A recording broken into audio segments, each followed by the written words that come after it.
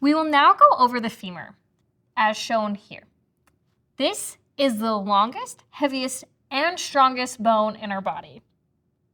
So looking at a model, we will now start superiorly and head inferiorly. To start, we have the head of the femur here. This is the ball of the ball and socket hip joint.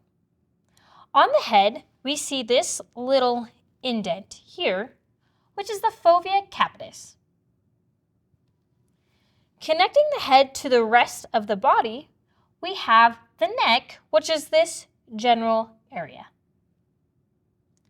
Looking at this bone posteriorly, we see this large protrusion here, which is the greater trochanter. This lower protrusion here is the lesser trochanter. This ridge between the two trochanters is the intertrochanteric crest. So this would be the gluteal tuberosity, which is this bumpy region here. Continuing down, we have this long ridge here, which is the linea aspera. The linea aspera is part of the body. The body is this long shaft region of the bone.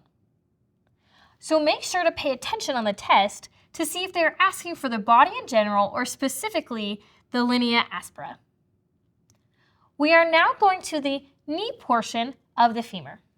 We're going to flip it over so we can see it anteriorly. So here we have the patellar groove.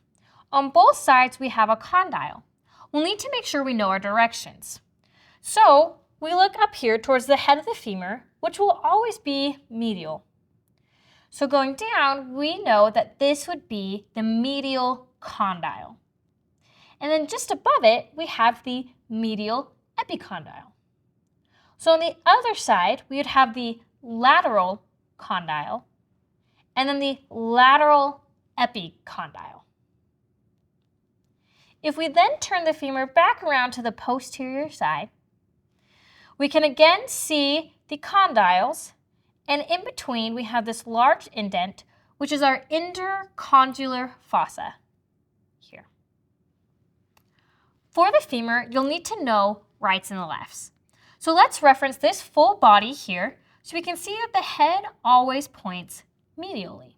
So going back to the model, we know that the head will face medially, and then if we flip it over, we can see the patellar groove would be in the front.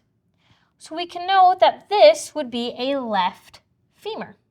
Another way is that if it's flipped over, we can know that the intercondylar fossa would be on the back, and also that the intertrochanteric crest is on the back side. So again, taking these all together, we can know that this is a left femur.